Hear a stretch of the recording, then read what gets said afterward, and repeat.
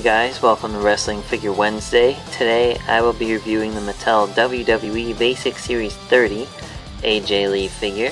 This is AJ Lee's second basic and her third action figure so far. It's probably I like her Elite the most, I'd say. I think that head scan looks better than this one, but I do like this attire. It's more simple, but kind of like what she wears now actually.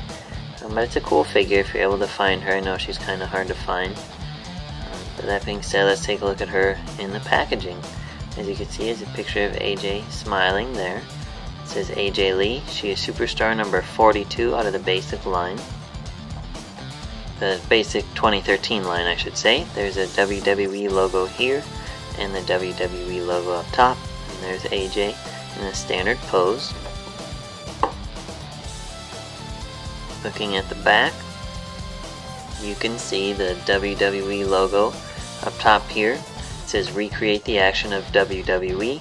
Also in the set is The Miz, Hornswoggle, Santino Marella, Sheamus, Daniel Bryan, and AJ, who I'm reviewing right now. It says compete in the Superstar rings. It shows a Raw basic ring and a SmackDown basic ring, and then lists a bunch of company information at the bottom. So now let's take a look at her fresh out of the packaging. Alright guys, here we have the Mattel WWE Basic Series 30 AJ Lee figure fresh out of the package. Overall, I would say it's a pretty awesome figure. It's nice to have a more current version of her in an outfit she kind of wears more often now, compared to her skull outfit that her Elite has and stuff like that.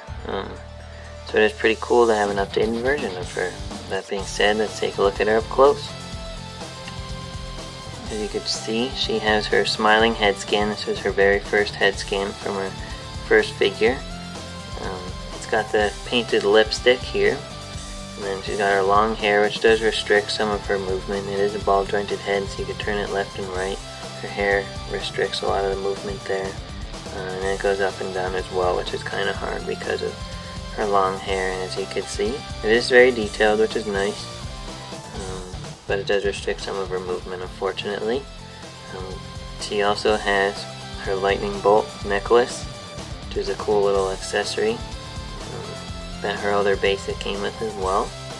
Going down to her torso, she has her black sports bra, and her chest joint is here under her breast there, so you could pose her very well that way if you need to. If those of you that have never bought a Diva figure before, this is basically an Elite figure for the price of a basic, so it has all the same articulation as an Elite Diva would, so it's really nice.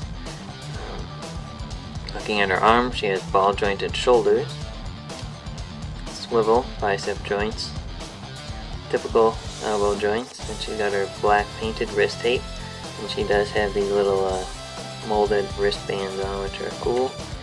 Just a nice bonus accessory for her.